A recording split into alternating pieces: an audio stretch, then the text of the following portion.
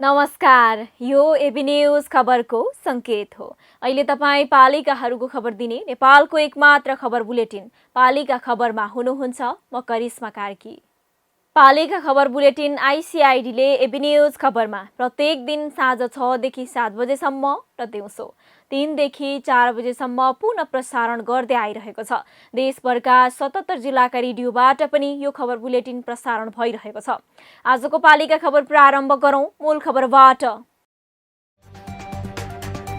सीमा नाका भएर फर्कने नेपालीको संख्या बढ्दै, स्वास्थ्य परीक्षण नहुँदा कोरोना संक्रमणको जोखिम, संक्रमण फैलिए नियन्त्रण गर्न कठिन हुने। कोरोना संक्रमितको उपचार गर्न बेड अभाव हुने भन्ने स्वास्थ्य मन्त्रालयको विज्ञप्तिको आलोचना, सरकारले हात उठाएको कांग्रेसको आरोप, नागरिकसँग अपील गरेको मन्त्रीको प्रश्नोक्ति। कर्णाली प्रदेशको जुम्लामा पनि कोरोना संक्रमित बढ्न नदिन स्थानीय सरकार चनाखो, कोभिडका लागि 150 अक्सिजन सिलिन्डर छुट्याइयो।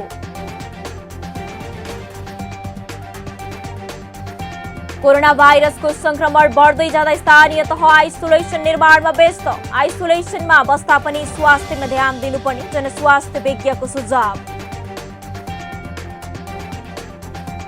र रूपन्देहीको देवदह नगरपालिकाद्वारा कृषिमा अनुदान, नगरपालिकाको कामप्रति कृषक पनि सन्तुष्ट, उत्पादनमा आधारित खेती बढाउनेमा पालिकाको जोड।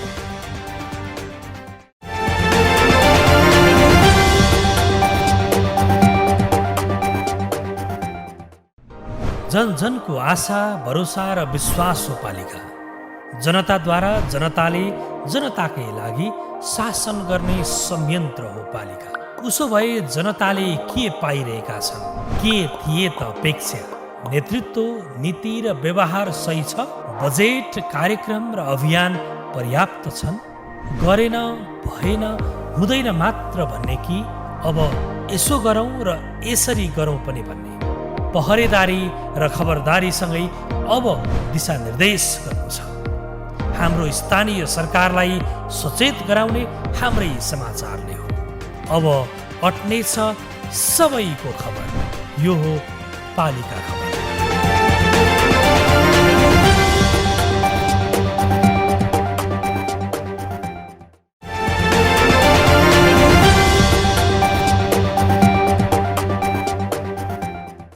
पालिका खबर अब विस्तारमा। भारतमा कोरोना भाइरसको दोस्रो लहरले आक्रान्त बनिरहेको बेला विभिन्न राज्यमा लकडाउन गरिएको छ। लकडाउन लामो समय हुँदा काम गर्न गएका नेपाली स्वदेश फर्कने क्रम बढेको छ। सरकारले विभिन्न नाका सिल गर्ने तयारी गरिरहँदा लाखौं नेपाली सीमा हुँदै घर फर्कने क्रम तीव्र बनेको छ। हरेक दिन सीमा नाकामा नेपालीको घुइँचो नै लाग्न थालेपछि कोरोना भाइरसको परीक्षण भने कमजोर छ। भारतबाट आएकाबाट नेपालमा संक्रमणको दर उच्च भइरहँदा यसले अवस्था थप भयावह बनाउने देखिएको छ। पालिका सहकर्मी कृष्ण उप्रेतीको एक रिपोर्ट। भारतसँग सीमा जोडिएका तराईका विभिन्न जिल्लाका नाकाबाट नेपाली नागरिक घर फर्कने क्रम तीव्र बनेको छ। हरेक दिन सीमा नाकामा नेपालीहरूको घुइँचो नै लाग्न थाले पनि परीक्षणको अवस्था कमजोर छ। यसरी फर्कनेहरू धेरै संक्रमित पनि रहेको हुँदा नेपाल झनै उच्च जोखिममा परेको छ। कञ्चनपुरको गड्ढाचौकी नाका, रूपन्देहीको बेलहिया नाका हुँदै घर फर्कने नेपालीहरूको सीमामा घुइँचो नै देख्न सकिन्छ। भारतमा बढी संक्रमण देखिएकै शहरबाट नै ठूलो संख्यामा नेपाली स्वदेश फर्किरहेको सीमामा खटिएका सुरक्षा कर्मीहरू बताउँछन्। कतिपय नेपाली संक्रमणको डरले र रोजगारी गुमाएर त कतिपय आफ्नै गाउँमा केही गरौँ भन्ने उद्देश्यले फर्किएको बताउँछन्। म अहिले बेंगलोरदेखि आएको हो। अब नयाँ साल मनाऊ भनेर नेपालमा आइएको हो। अनि आउँदाखेरि बाटोमा धेरै दुःख भयो। कसैले भाडा महँगो भन्छ इन्डियातिर, है, नेपालतिर त्यस्तो छैन लाग्छ मलाई। अब हामीहरू दिल्लीमा पनि बसियो। दिल्लीमा अब डरले एक कुनामा बसेर गाडी गरेर फेरि आइयो। त्यसपछि वनमाछा पुगेर ओहो भिड कति हो त्यहाँ। कसले मेरो गाडी तान्छ, यो आइज भन्छ, ऊ आइज भन्छ। बडा मुस्किलले यहाँसम्म पुग्यो हो दाजु। भारतमा रोजगारी गर्न पुगेका नेपालीहरू चैत 10 यता बेलहैया नाका हुँदै 21,000 बढी फर्किएका छन्। स्थानीय प्रशासनले नेपाल भित्रिनेको जिल्ला अनुसार तथ्याङ्क राखी सोही अनुसार यातायात व्यवसायीसँग समन्वय गरेर घर पठाउने गरेको छ। यस्तै कञ्चनपुरको गड्ढाचौकी सीमा नाकाबाट शनिबार 444 जना नेपाली भित्रिएका छन्। यस्तै गौरीफन्टा सीमा नाकाबाट 678 जना नेपाली नेपाल प्रवेश गरेका छन्। नेपाल प्रवेश गरेका 1122 जना मानिसमध्ये 328 जनाको एन्टिजेन परीक्षण गर्दा 30 जनामा एन्टिजेन पोजिटिभ आएको हो। नाकाबाट फर्किने नेपालीको संख्या दिन प्रतिदिन बढिरहेका बेला कोरोना परीक्षणको लागि एन्टिजेन किटको चरम अभाव हुन थालेको छ। किटको अभावमा परीक्षण बिनै नेपाल भित्रिएकाहरूबाट सुदूरपश्चिमका गाउँमा कोरोना संक्रमण फैलने चिन्ता बढेको छ। हाम्रो कम्तीमा लक्षण भएकाहरूलाई जाँच्ने गरी सीमा नाकामा र विभिन्न जिल्लातिर पनि हामीले पठाइराखेको अवस्था छ। हाललाई हामीसँग मौजदात 1000 को हाराहारीमा छ भने विभिन्न सर्भिस पोइन्टहरूमा पनि 400-500 को हाराहारीमा त्यहाँ रहेको हुनुपर्छ किटको अवस्था। अबको हाम्रो चाहिँ लक्ष्य भनेको 20,000 किट चाहिँ हामीले विशेष परिस्थितिको खरिद अनुसार सार्वजनिक खरिद ऐनको व्यवस्था अनुसार चाहिँ बोलपत्र आह्वान गरेका छौँ। सो मार्फत 21 गते हामीले बोलपत्र खोल्यो भने त्यसको 8-10 दिनभित्रै त्यो आपूर्ति हुनेछ भन्ने आशा लिएका छौँ भने अर्कोतिर स्वास्थ्य सेवा विभागले पनि हामीलाई एन्टिजेन किटहरू दिनलाई माग गरेको छ। कोरोना संक्रमण रोकथाम र नियन्त्रणको लागि मुख्य नाका भएर आउनेहरूको स्वास्थ्य परीक्षण गर्न सीमा नाकामा मोरङको जोगबनीमा हेल्थ डेस्क राखिएको छ। पछिल्लो 3 दिनमा सीमा नाका भएर दैनिक 50 देखि 150 जनासम्म आउने गरेका छन्। चोर बाटोमा कडाई गरेपछि जोगबनी बजार जानेहरूको आवत जावतमा कमी आएको छ। शनिबार 51 जना आएकोमा सामान्य लक्षण देखिएका 20 जनाको एन्टिजेन परीक्षण गर्दा 4 जनाको एन्टिजेन पोजिटिभ भेटिएको नाका हेल्थ डेस्कमा खटिएका स्वास्थ्य कर्मीहरूले बताएका छन्। कोरोना भाइरसको संक्रमण नराम्ररी फैलिएको छ। संक्रमणका कारण सबैभन्दा बढी प्रभावित बाँके छ। अस्पतालका बेड भरि भराउ छन्। चिकित्सक नै आफै संक्रमित भएका छन्। उपचार गराउने ठाउँ छैन भने संक्रमित नै पालो पर्खिरहनु परेको छ। यता काठमाडौँ उपत्यकाका अधिकांश अस्पतालमा शैय्या पाउन छोडिसकेको छ। न त उपचार नै पाइरहेका छन्, न त नागरिकले भने जस्तै सेवा नै। त्यसमाथि स्वास्थ्य तथा जनसङ्ख्या मन्त्रालयले त संक्रमितलाई शैय्या दिन नसक्ने बताएको छ। सरकारले नै हात उठाएको भन्दै आलोचना भइरहेको छ भने सरकार पनि नागरिकलाई संक्रमण फैलन नदिन अपिल मात्र गरिएको बताउँदै आएको छ। तर खासमा अवस्था कस्तो छ त? पालिका सहकर्मी प्रसन्न ढुङ्गानाको एक रिपोर्ट।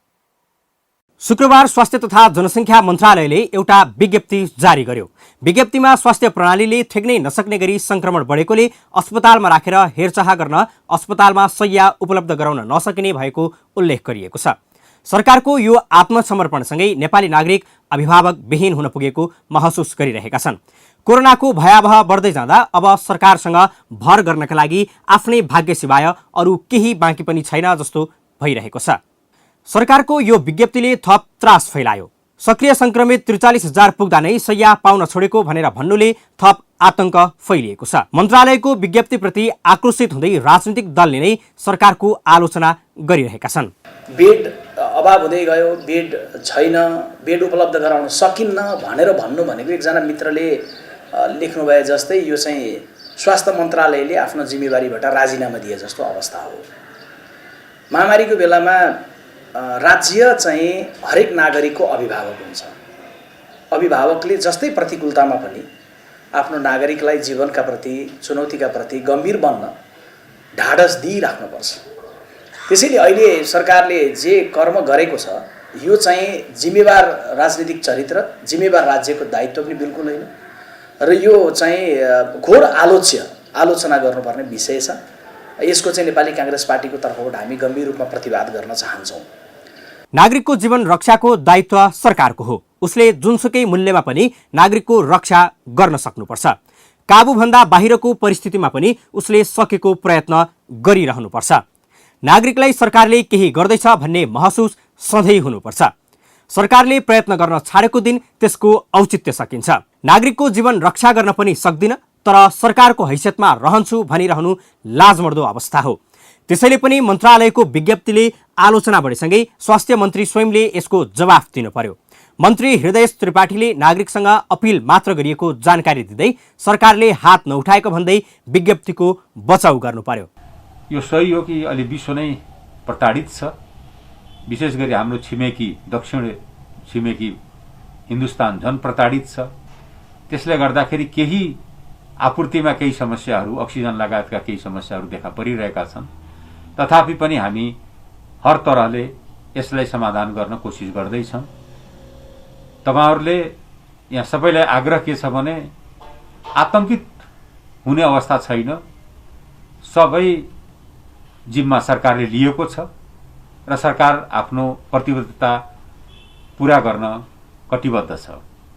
सरकार, स्वास्थ्य तथा जनसङ्ख्या मन्त्रालय, यसका सम्पूर्ण कर्मचारी, चिकित्सक, स्वास्थ्यकर्मी यहाँहरूका साथमा छन् र साथमा रहनेछन्। तर नागरिकले पनि सरकारले यो अवस्था आउने भन्दै देखाएको दूरदृष्टिप्रति भने चनाखो हुनुपर्ने देखिन्छ। देशकै सबैभन्दा पुरानो तथा केन्द्रीय अस्पताल वीर अस्पतालमा बिहानैदेखि बिरामीको भिडभाड छ। सरकारी अस्पतालको अवस्था त्यस्तै छ। संक्रमित दिनहुँ बढिरहेका छन्, तर नागरिक अझै पनि कोरोनालाई सामान्य रुगाखोकीका रूपमा लिइरहेका छन्।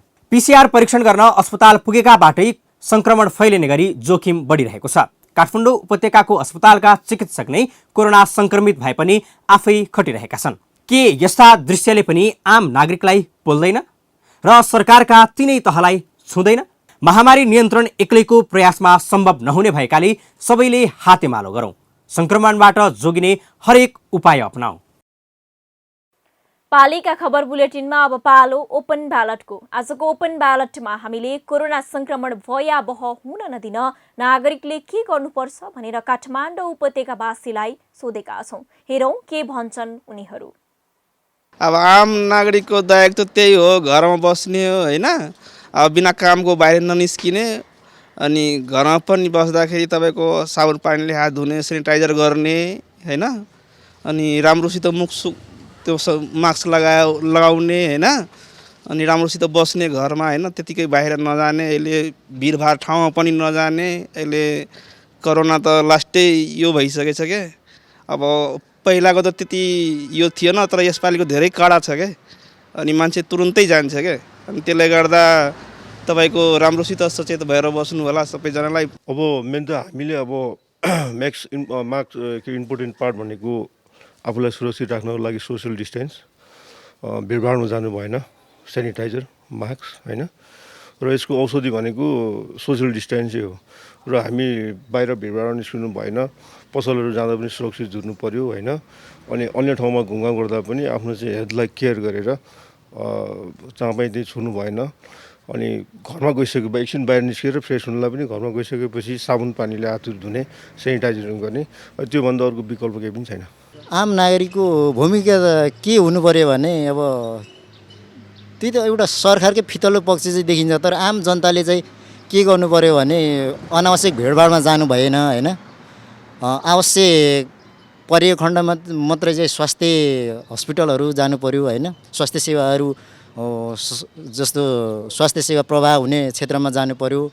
किनमेल गर्ने बखतमा पनि चाहिँ स्वास्थ्यका मापदण्डहरू चाहिँ अपनाएर जानु पर्यो होइन। र सोसियल डिस्टेन्सहरू चाहिँ बुझेर चाहिँ मेन्टेन्स गर्नु पर्यो।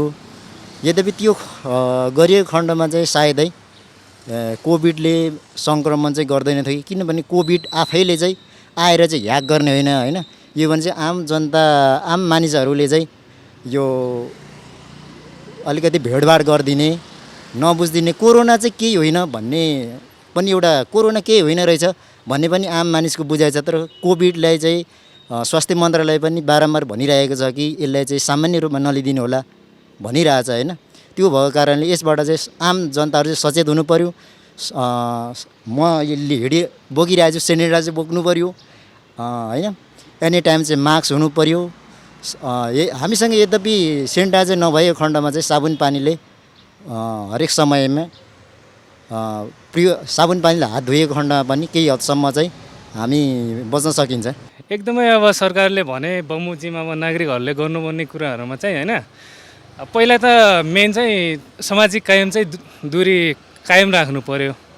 अनि सरकारले भनेको नियम बमोजिम चाहिँ बेला बेलामा चाहिँ सेनिटाइजरको प्रयोग गर्ने अनि मास्कहरूको प्रयोग गर्नु पर्यो अनि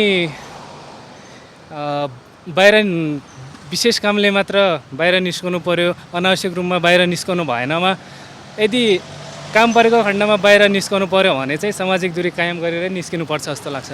अब आम नेपाली नागरिकको दायित्व चाहिँ अब यसमा बच्नको लागि, तर आज सरकारले लकडाउन राम्रोसँगले गरिएको छैन देखिएको चाहिँ हामीले यो छ। किन भन्नुहुन्छ भने बाटोमा त यातायात साधन चलिरहेका छन्, मान्छेहरू सबै हिँडिरहेका छन्। अब बिहानभरि पसल खोलेका छन्, अब अलिखेरबाट 5 बजेपछि पुरै बजार खोलिएका हुन्छन्। अब त्यसमा नियन्त्रण गर्न सकिँदैन अनि मान्छेहरू आम नेपाली जनता त अब त्यतिकै नै कहाँबाट चाहिँ नियन्त्रणमा आउन सक्छ, त्यो त हिँडिन्छन्। उनीहरूले कन्ट्रोल गर्दै भए म पनि आज सडकमा हिँड्दै होला नि त। अहिले चाहिँ हामीले सरकारलाई पनि समर्थन गर्नुपर्छ। सरकारले 15 दिनको लागि चाहिँ अहिले निषेधाज्ञा जारी गरेको छ। यो 15 दिन चाहिँ हामी घरदेखि बाहिर ननिक्लिने र काम परिहालेर इमर्जेन्सी परेदेखि मास्क लाएर सेनिटाइजर लाएर घरदेखि बाहिर निक्लिने।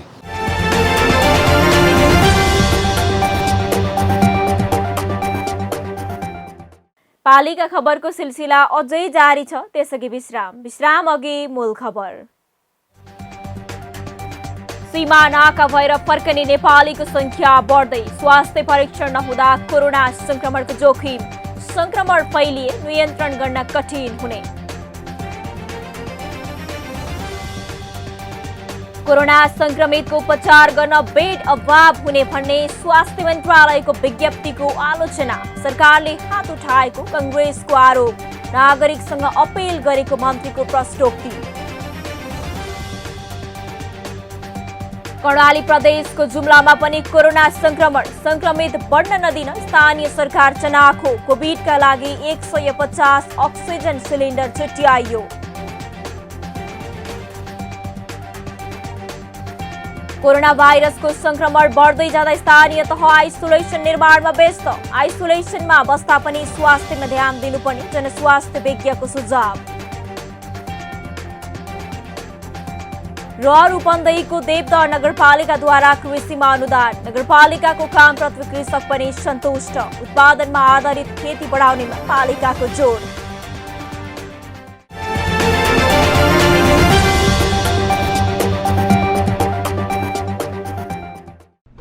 जन जनको आशा, भरोसा र विश्वास हो पालिका। जनताद्वारा जनताले जनताकै लागि शासन गर्ने संयन्त्र हो पालिका। उसो भए जनताले के पाइरहेका छन्, के थिए त अपेक्षा? नेतृत्व, नीति र व्यवहार सही छ? बजेट, कार्यक्रम र अभियान पर्याप्त छन्? गरेन, भएन, हुँदैन मात्र भन्ने कि अब यसो गरौँ र यसरी गरौँ पनि भन्ने? पहरेदारी र खबरदारीसँगै अब दिशानिर्देश गर्नु छ। हाम्रो स्थानीय सरकारलाई सचेत गराउने हाम्रै समाचारले हो। अब अट्नेछ सबैको खबर, यो हो पालिका खबर।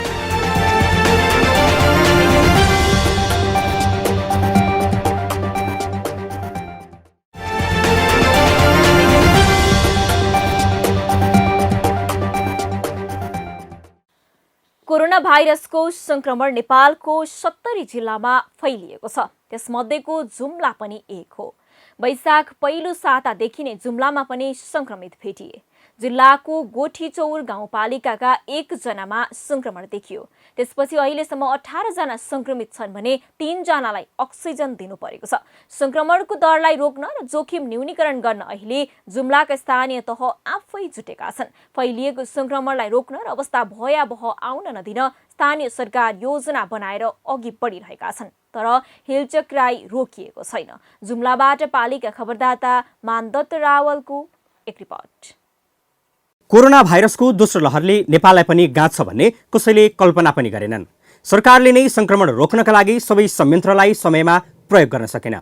सीमामा कडाई गर्नुपर्ने थियो, हुन सकेन। अहिले अवस्था विकराल बनिरहेको छ। कर्णाली प्रदेशको जुम्लामा पनि यस्तै हिलचक्राइले संक्रमण फैलियो।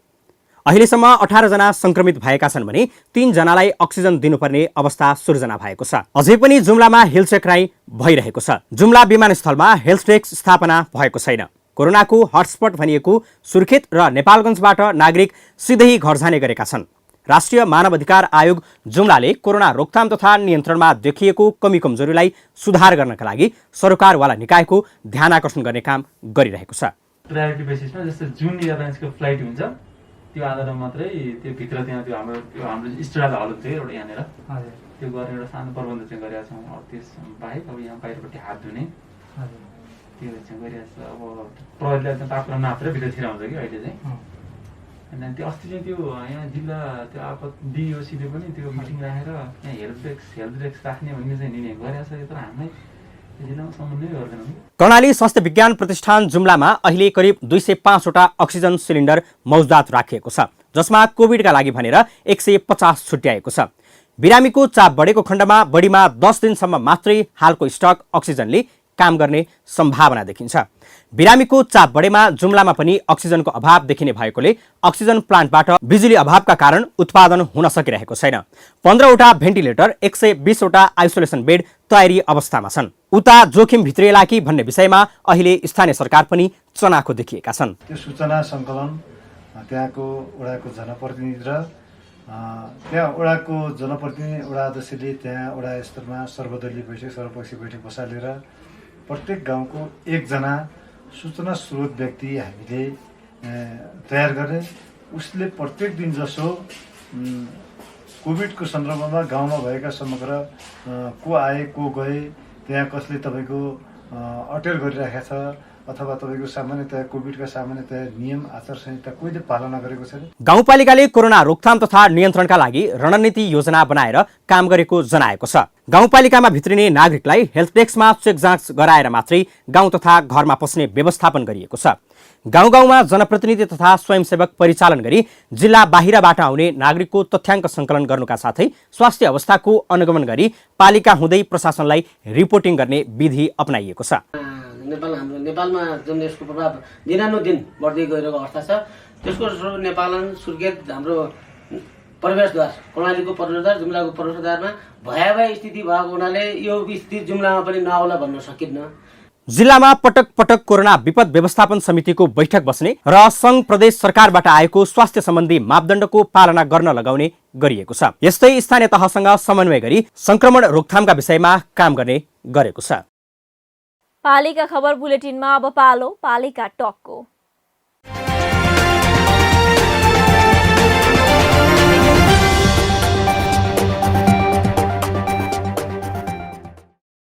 आजको पालिका टकमा हामीसँग टेलिफोन सम्पर्कमा हुनुहुन्छ चितवनको रत्ननगर नगरपालिकाका मेयर नारायण वन। उहाँसँग कोरोना रोकथाममा पालिकाको प्रयासमा स्थानीय सरकारको भूमिकामा केन्द्रित रहेर कुराकानी गर्दैछौँ। मेयर साहब, यहाँलाई पालिका टकमा स्वागत छ। धन्यवाद। हजुर, मैले सुरु गर्न चाहे कोरोना भाइरसको दोस्रो लहरले चितवन पनि अछुतो रहेन। तपाईँको पालिकामा कोरोना भाइरसबाट संक्रमित हुनेको संख्या के छ मेयर साहब? अब ठ्याक्कै तथ्याङ्कको हिसाबले मसँग त्यस्तो डाटा छैन। तपाईँलाई हिजो जस्तो पहिलाको चाहिँ गत वर्षको जस्तो सूचना दिने होइन, यो चाहिँ अब हामीलाई सूचना आउने र त्यसपछि प्रहरी कहाँ पुग्ने, त्यसपछि हामीले कन्ट्याक्ट ट्रेसिङ गर्ने, यी सबै कुराहरूको चाहिँ हामीलाई त्यो चाहिँ खबर भएको छैन। तर पनि अब चाहिँ इन्डाइरेक्टली चाहिँ कुराकानी गर्दाखेरि चाहिँ केही सङ्क्रमित भएको भन्ने कुरा आएको छ। रेडियोमा भन्दा 11जना भन्छ होइन, त्यो हुन्छ। तर मलाई थाहा पाए अनुसार धेरैजना हुनुहुन्छ जस्तो लाग्छ मलाई। उहाँहरूले लुकाएर राख्नु भएको छ। हामी पर्सनली भेट्न पनि जाँदैछौँ। मैले भर्खरै भेटेर पनि आएको छु होइन। के छ भने अहिले चाहिँ सूचनाको हकमा सूचना लुकाउने काम भएको छ कि घर घरै चाहिँ अब त्यस्तो भयो भने क्वारेन्टाइनमा बस्ने अथवा आइसोलेट भएर बस्ने खालको वातावरण देखिएको छ। जस्तो कि यो बढिरहँदाखेरि चाहिँ मेयर साहब संक्रमणको दर बढ्न नदिन यसलाई नियन्त्रणमा ल्याउन चाहिँ के गरिरहनु भएको छ? कसरी नियन्त्रणमा ल्याउन सकिन्छ जस्तो लाग्छ यहाँलाई? अब यो त सबभन्दा चाहिँ अब यो सबभन्दा त यो जुन अहिले लकडाउन छ त्यो निवारा अछुत औषधि जस्तो लाग्छ मलाई, मान्छेले मान्छेसँग नजोडिने कुरा होइन। अब हामीले चाहिँ हाम्रो चाहिँ हामीले लगभग चाहिँ अहिले 25वटा जति 27वटा हामीले आइसोलेसन तयार गरेका छौँ बेडहरू होइन। हामीसँग यहाँ हस्पिटलमा पनि हामीले त्यो तयार गरेका छौँ र हामीले स्वास्थ्यसँग जोडिएर त्यो ठाउँमा हामीले त्यो खालको बाटो तयार गरेका पनि छौँ। तर के भनेदेखि चाहिँ अब यसले चाहिँ गाह्रो भएको छ होइन। यो बारेमा चाहिँ अब तपाईँलाई कसरी भनौँ, हामी प्रिकसन मेजरहरूमा चाहिँ हामी एकदमै लागिरहेका छौँ। अहिले म तपाईँ एकछिन अगाडि म भिजिट गर्दै थिएँ। र अहिले हिजो हामीसँग चाहिँ प्रदेशको चाहिँ स्वास्थ्य राज्य मन्त्री र प्रदेश मन्त्री आज चाहिँ सरस्वती बस्नेत, त्यसपछि हिजो डाक्टर रामप्रसाद अधिकारी भेट गर्नुभएको छ। हाम्रै प्रदेश सरकारसँग हामीले चाहिने उपकरण जनशक्ति चाहियो पनि भनिरहेका छौँ। यद्यपि हामीसँग त्यस्तो खालको जनशक्ति छैन, तर पनि हामी प्रिकसनको निम्ति त्यो हामी लागिरहेका छौँ। हजुर, तर अहिलेको तपाईँलाई थाहा छ कोभिडको जुन खालको अहिले जुन ढङ्गले त्यो अहिले चाहिँ त्यो चाहिँ म्युटेन्ट भेरिएन्ट भएर आएको छ, जुन खालको अहिले चाहिँ उसले आफ्नो रूप परिवर्तन गरेर आएको छ भनेको छ। अब त्यसले गर्दाखेरि चाहिँ अलिक गाह्रो भएको र विषयविज्ञहरू चाहिने हो कि भन्ने खालको कुरा चाहिँ भएको है। हजुर, जस्तो कि मेयर साहब निषेधाज्ञा लगाइएको छ तर नागरिक स्तरबाट निषेधाज्ञाको पालना भएको पाइँदैन, त्यहाँ त्यस किसिमको चुनौतीको व्यवस्थापन चाहिँ कसरी गरिरहनु भएको छ? हामी आफै पनि कुदिरहेका छौँ अहिले होइन। सूचना हामीले जारी गर्ने रेडियो मार्फत, टेलिभिजन मार्फत, माइकिङ मार्फत होइन नघुम्न, तर कम्पेरिटिभली त्यति धेरै ठाडो भएको जस्तो पनि पाएको छैन। अहिले 2 दिन भयो होइन। अहिले चाहिँ लगभग आफूलाई बाँधेको अवस्था छ नागरिकहरूले, नगरवासीहरूले होइन। तर पनि तपाईँले भने जस्तै जति अब चाहिँ अब अनावश्यक घरमा होइन बाहिर निक्लनु कुरो त राम्रो होइन। त्यो मानेमा हामीले सचेतनाको कार्यक्रम गरिरहेका छौँ। हाम्रा जनप्रतिनिधि साथीहरू लाग्नु भएको छ, स्वास्थ्यकर्मी साथीहरू लाग्नु भएको छ, सुरक्षाकर्मीहरू, इभन हामीसँग शस्त्र प्रविधि लाग्नु भएको छ है। हामी अल टुगेदर सँगसँगै हिँडेका छौँ। तर पनि अब के छ भने केही न केही हाम्रो बानी स्वभाव होइन। एउटा कुरा नि अब चाहिँ भाइरसले आफूलाई परिवर्तन गरेर अर्को ढङ्गले चाहिँ चेन्ज गरेर आयो होइन। तर हामीले चेन्ज गरेनौँ कि हामीलाई। त्यसैले अब हाम्रो आने बानी व्यवहारमा चाहिँ सुधार गरेर चेन्ज गरेन भने मलाई चाहिँ भयावह स्थिति आउँछ। त्यसको निम्ति हामी चाहिँ नगरपालिका अत्यन्तै लगनशील भएर हामीले यसलाई कसरी म्यानेज गर्ने, यसलाई कसरी न्यूनीकरण गर्ने र यसलाई चाहिँ कसरी रोक्ने भन्ने सेवामा हामी। हजुर, जस्तो कि मेयर साहब हामी अन्तिममा छौँ, स्थानीय सरकारले नै समयमा ध्यान नदिँदा त्यहाँ मात्रै होइन देशभर संक्रमण फैलिएको भनेर आरोप लगाउने गरिएको छ। यसमा तपाईँको धारणा चाहिँ के छ मेयर साहब?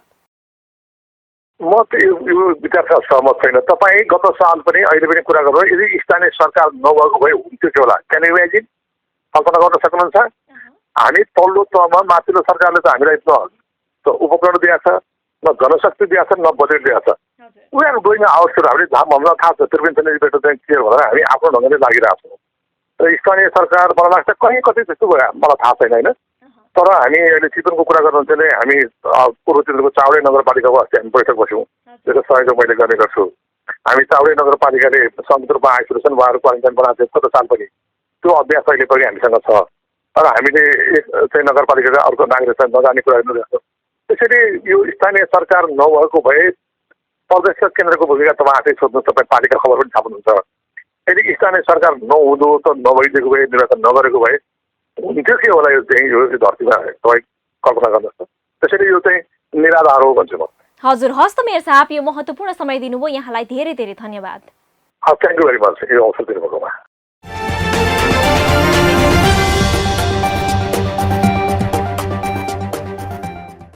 अब अट्ने छन् सबैका खबर, यो हो पालिका खबर। पालिका खबरको सिलसिला अझै जारी छ, त्यसअघि विश्राम अघि मूल खबर।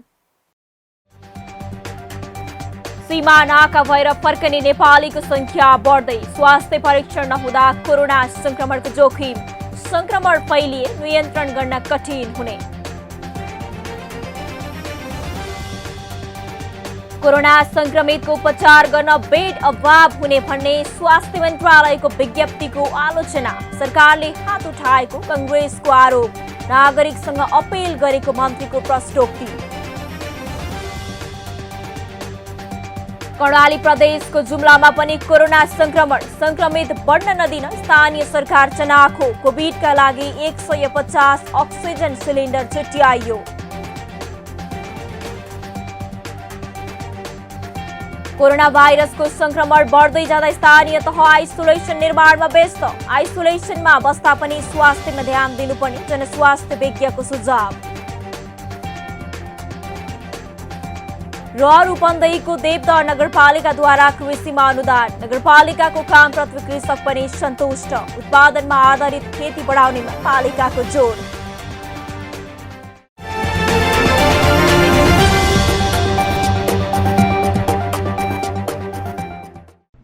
जन जनको आशा, भरोसा र विश्वास हो पालिका।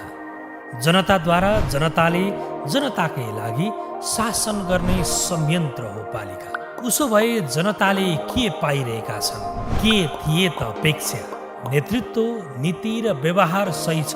बजेट, कार्यक्रम र अभियान पर्याप्त छन्? गरेन, भएन, हुँदैन मात्र भन्ने कि अब यसो गरौँ र यसरी गरौँ पनि भन्ने? पहरेदारी र खबरदारीसँगै अब दिशानिर्देश गर्नु छ। हाम्रो स्थानीय सरकारलाई सचेत गराउने हाम्रै समाचारले हो। अब अट्नेछ सबैको खबर। यो हो पालिका खबर।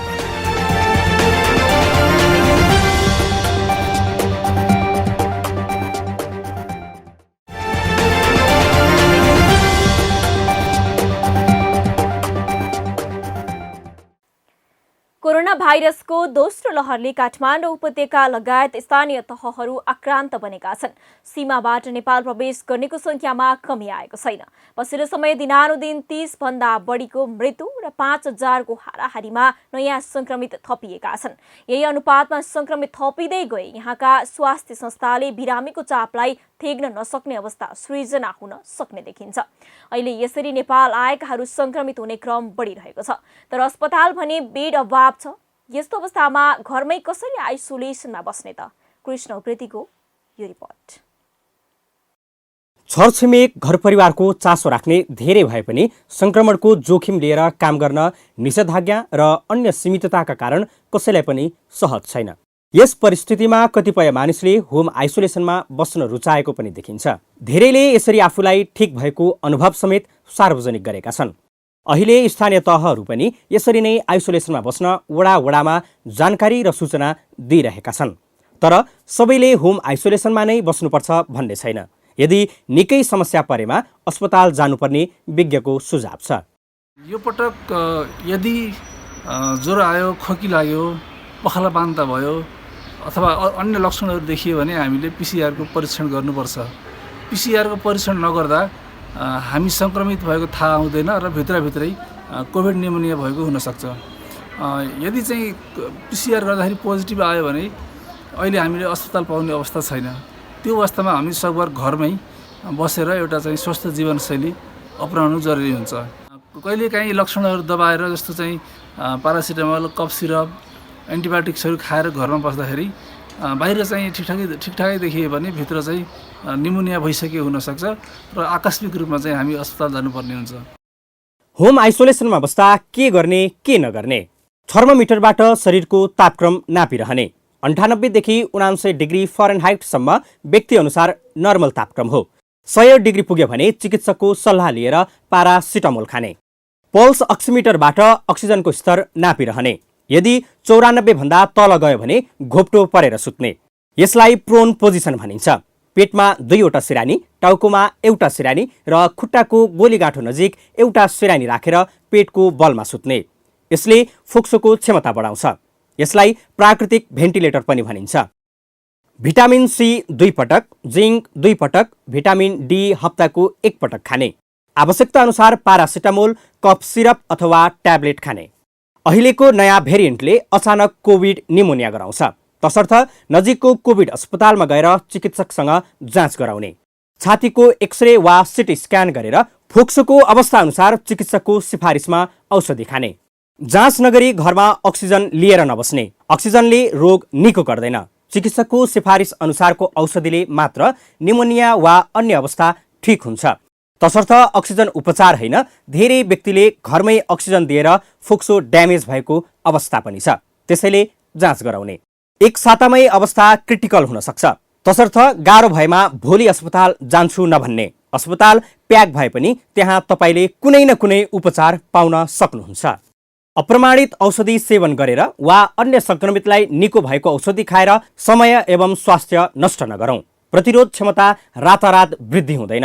यो लामो प्रक्रियाबाट मात्र वृद्धि हुन्छ। मरिच, बेसार, अदुवा, ज्वानो, दालचिनी, तुलसी, गुर्जो, जेठी मधु, पिपला, कागतीको रस राखेको चिया पटक पटक खाने।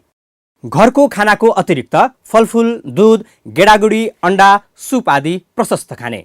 पानीको बाफ लिइरहने। रक्सी, चुरोट तथा धेरै गुलियो पदार्थ, कोल्ड ड्रिङ्क्स सेवन नगर्ने। हल्का व्यायाम, पर्याप्त निन्द्रा तथा बिहान घाम ताप्ने। आफ्नो मानसिक अवस्थालाई सुदृढ एवं सबल राख्ने, नआत्तिने। दिनमा 1-2 पटक मात्र विश्वासिला समाचार हेर्ने। सामाजिक सञ्जाल नहेर्ने। अनाधिकृत समाचारले तनाव बढाउँछ। गाह्रो भएमा 102 नम्बरमा फोन गरेर एम्बुलेन्स मगाउने। अत्यन्तै गाह्रो भएमा कोभिड हटलाइन 1133, 9851 255438 र 9851 255837 मा फोन गरेर उपचारको जानकारी लिनुहोला। यसरी घरमै आइसोलेसनमा बस्नेको संख्या बढिरहेको छ। यस्तो अवस्थामा रहेका संक्रमितको स्वास्थ्यबारे भने स्थानीय सरकारले ध्यान दिन जरुरी छ। तीनै तहको सरकारमध्ये सबैभन्दा महत्त्वपूर्ण अहिलेको समयमा स्थानीय सरकार नै हो। त्यसैले होम आइसोलेसनमा बसेकालाई पनि सहजीकरण गर्ने काम गर्नुपर्छ र आइसोलेसन वार्ड बनाउने, क्वारेन्टाइन स्थल बनाउनका साथै अक्सिजनको पनि व्यवस्था गर्न आवश्यक छ। पालिका खबर बुलेटिनमा अब पालो पालिकामा आजको। आज दिनभर कुन पालिकामा के भयो? सहकर्मी सन्तोष पोखरेलको साथमा पालिकामा आज।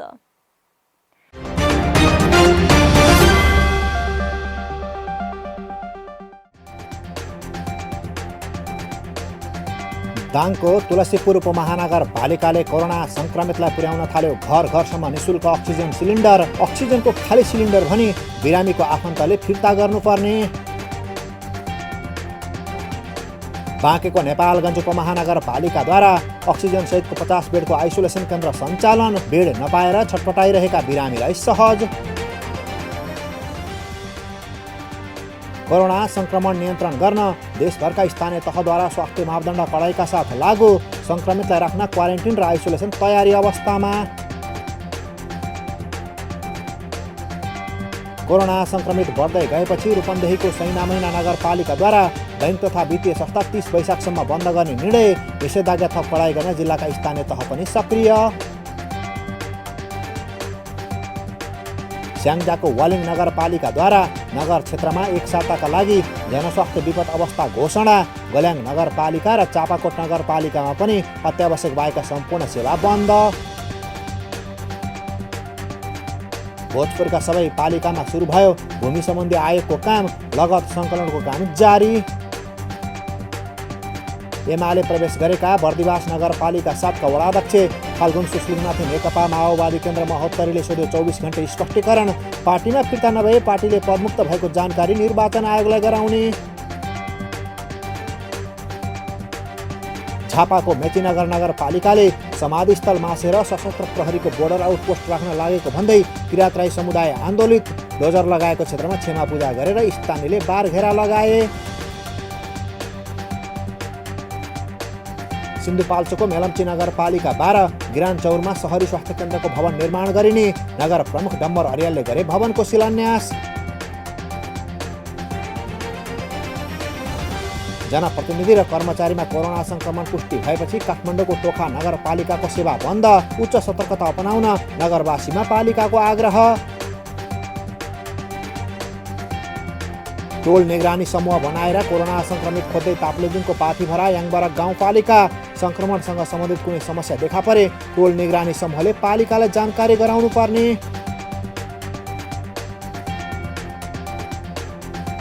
प्रधानमन्त्री रोजगार कार्यक्रम अन्तर्गत दाङको लमही नगरपालिकामा सडक मर्मतको काम हुँदै स्थानीयले पाए गाउँमै रोजगारी। पाल्पाको बगनासकाली गाउँपालिकाद्वारा विपन्न तथा गरिब परिवारका कोरोना संक्रमितको सम्पूर्ण उपचार खर्च बेहोर्ने निर्णय। पालिकावासीलाई स्वास्थ्य सुरक्षाका मापदण्ड अपनाउन आह्वान। निर्माणाधीन पनौती बनेपा सडक खण्डको पनौती नगरपालिकाका नगर प्रमुख भीम नेउपानेले गरे निरीक्षण। गुणस्तरीय काम गर्न निर्माण व्यवसायीलाई निर्देशन। र कञ्चनपुरको बेदकोट नगरपालिकाद्वारा महाकाली अस्पताललाई अक्सिजन सिलिन्डर खरिद र अन्य व्यवस्थापनका लागि 10 लाखको चेक हस्तान्तरण।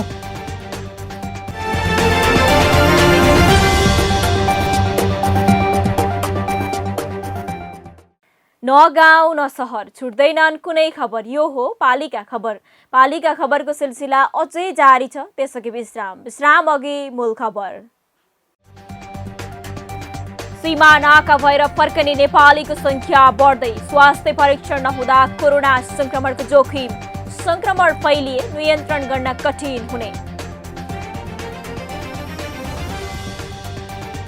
कोरोना संक्रमितको उपचार गर्न बेड अभाव हुने भन्ने स्वास्थ्य मन्त्रालयको विज्ञप्तिको आलोचना। सरकारले हात उठाएको कांग्रेसको आरोप। नागरिकसँग अपील गरेको मन्त्रीको प्रश्नोक्ति। कर्णाली प्रदेशको जुम्लामा पनि कोरोना संक्रमण। संक्रमित बढ्न नदिन स्थानीय सरकार चनाखो। कोभिडका लागि 150 अक्सिजन सिलिन्डर छुट्याइयो। कोरोना भाइरसको संक्रमण बढ्दै जाँदा स्थानीय तह आइसोलेसन निर्माणमा व्यस्त। आइसोलेसनमा बस्दा पनि स्वास्थ्यमा ध्यान दिनुपर्ने जनस्वास्थ्य विज्ञको सुझाव। र रूपन्देहीको देवदह नगरपालिकाद्वारा कृषिमा अनुदान। नगरपालिकाको कामप्रति कृषक पनि सन्तुष्ट। उत्पादनमा आधारित खेती बढाउनेमा पालिकाको जोड।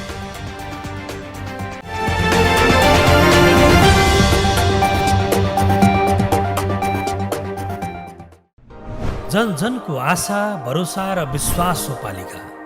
जनताद्वारा जनताले जनताकै लागि शासन गर्ने संयन्त्र हो पालिका। उसो भए जनताले के पाइरहेका छन्? के थिए त अपेक्षा? नेतृत्व, नीति र व्यवहार सही छ? बजेट, कार्यक्रम र अभियान पर्याप्त छन्? गरेन, भएन, हुँदैन मात्र भन्ने कि अब यसो गरौँ र यसरी गरौँ पनि भन्ने? पहरेदारी र खबरदारीसँगै अब दिशानिर्देश गर्नु छ। हाम्रो स्थानीय सरकारलाई सचेत गराउने हाम्रै समाचारले हो। अब अट्नेछ सबैको खबर। यो हो पालिका खबर।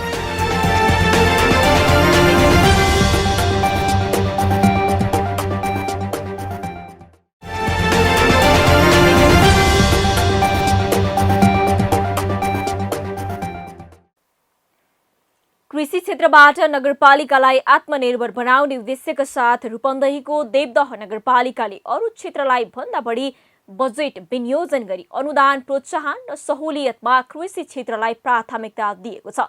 देवदह नगरपालिकाको लुम्बिनी प्रदेश सरकार र संघीय सरकारको गरी कुल 2 करोड बजेट कृषि क्षेत्रमा विनियोजन भएको र त्यही अनुसारको काम भइरहेको नगरपालिकाले जनाएको छ। रूपन्देहीबाट पालिका खबरदाता चन्द्रकान्त खनालको एक रिपोर्ट। रूपन्देहीको देवदह नगरपालिकाले कृषिका विभिन्न क्षेत्रमा अनुदान उपलब्ध गराएको छ। उपकरण खरिददेखि उत्पादन गर्ने तरकारीसम्ममा पनि पालिकाले अनुदान दिएको छ। पालिकाले केमा दिएको छ अनुदान? सिँचाइमा अनुदान, बिउ बिजनमा अनुदान, थोपा सिँचाइ मलसिडमा अनुदान, चक्लाबन्दीमा अनुदान, लेजर लेभलमा अनुदान, विद्युतीय पम्पबाट सिँचाइ गर्ने डिप बोरिङमा अनुदान, विद्युतको बिल भुक्तानी गर्नेलाई अनुदान, तरकारीमा 1 केजीमा 3 रुपैयाँ अनुदान। यी विभिन्न शीर्षकमा पालिकाले कृषकलाई अनुदान दिँदै आएको छ। यी बाहेक पालिकाले विदेशबाट फर्किएर स्वदेशमै उद्योगी र कृषि कर्ममा लागेकालाई एकमुष्ट 20,000 अनुदान दिने गरेको छ।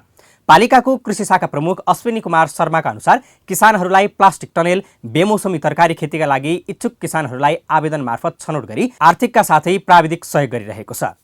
प्राङ्गारिक मलमा अनुदान, त्यसपछि कृषि यन्त्र उपकरणमा अनुदान 50% र बजारीकरणको लागि पनि अनुदान छ। सङ्कलन केन्द्र पनि निर्माणाधीन छ, हाम्रो निर्माण भइराखेको छ र उत्पादन भएका तरकारीहरूमा प्रति केजी 2 रुपियाँ किलोको दरले उत्पादनमा आधारित अनुदान कार्यक्रम दिएका छौँ हामी।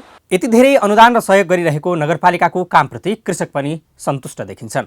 नगरपालिकाले 20 बिघा क्षेत्रमा मकै, 20 बिघा क्षेत्रमा तरकारी पकेट क्षेत्र लगायतका क्षेत्रमा अनुदान, सल्लाह सुझावमा कुनै कमी नरहेको स्थानीयको भनाइ छ। हाम्रो यो मकै पकेट सञ्चालन भएको यो दोस्रो कार्यकाल, दोस्रो वर्ष भन्नु पर्यो र नगरपालिकाले पकेट क्षेत्रको हिसाबले हामीलाई चाहिँ बिउमा 50%, बिसादीमा 50% अनि मल खादको लागि डिलरसिप दिएर चाहिँ नि हामीले सरकारी अनुदानको चाहिँ नि मल प्रयोग गरेका छौँ। त्यसपछि हामीलाई चाहिँ नि मसिनरी औजार भनेर बोरिङहरू मोटर बोरिङ सिँचाइको लागि उपलब्ध गराएको छ। देवदह नगरपालिकाका नगर प्रमुख हीरा बहादुर खत्रीका अनुसार उत्पादनमा आधारित खेतीलाई प्रोत्साहन गर्दै देवदह नगरपालिकाले कृषिमा धेरै बजेट विनियोजन गरेको छ। कृषकलाई बिउ, मल औजार लगायतका क्षेत्रमा 50% भन्दा बढी अनुदान दिएको नगर प्रमुखको दाबी छ। मेरो आग्रह चाहिँ के हो भने स्थानीय तहको सम्भावना र त्यहाँको आवश्यकतालाई हेरिकन कार्यक्रम चाहिँ स्थानीय तहले बनाउने, त्यो अनुसारको बजेट कृषि क्षेत्रमै खर्च गर्ने गरी सशक्त चाहिँ पठाउनुपर्छ। अबको दिनमा सङ्घ र प्रदेशले पठाउँदाखेरि भन्ने चाहिँ लाग्छ र देवदह नगरपालिका त्यसै पनि अब कृषिजन्य र उर्वर भूमि भएको ठाउँ छ। यहाँ थुप्रै समूह सहकारीहरू कृषि क्षेत्रमा आबद्ध भएर काम गर्नुभएको छ। वार्ड नम्बर 11, 12मा विशिष्ट तरकारी उत्पादन छ। 1 र 2लाई हामीले मकै जोनको रूपमा चाहिँ अगाडि बढाउने सोचिरहेका छौँ। वार्ड नम्बर 5लाई पनि त्यही सोचिरहेका छौँ। वार्ड नम्बर 6 अर्ग्यानिक खेती का लागि प्रसिद्ध छ। त्यो अर्ग्यानिक तरकारी खेतीलाई चाहिँ हामीले प्रोत्साहित गर्ने कार्यक्रमहरू चाहिँ ल्याएका छौँ। यसरी पालिकाले कृषिमा लगानी गर्दै जाने हो भने कृषकले हौसला त पाउँथे नै, साथै पालिका पनि कृषि क्षेत्रमा अब्बल साबित हुन सक्छ। त्यसैले कृषिमा हरेक स्थानीय सरकारले लगानी गर्न आवश्यक छ। पालिका खबर बुलेटिनको अन्ततिर छौं। मूल खबर पुनः एकपटक। सीमा नाका भएर फर्कने नेपालीको संख्या बढ्दै, स्वास्थ्य परीक्षण नहुँदा कोरोना संक्रमणको जोखिम, संक्रमण फैलिए नियन्त्रण गर्न कठिन हुने। कोरोना संक्रमितको उपचार गर्न बेड अभाव हुने भन्ने स्वास्थ्य मन्त्रालयको विज्ञप्तिको आलोचना, सरकारले हात उठाएको कांग्रेसको आरोप, नागरिकसँग अपील गरेको मन्त्रीको प्रश्नोक्ति।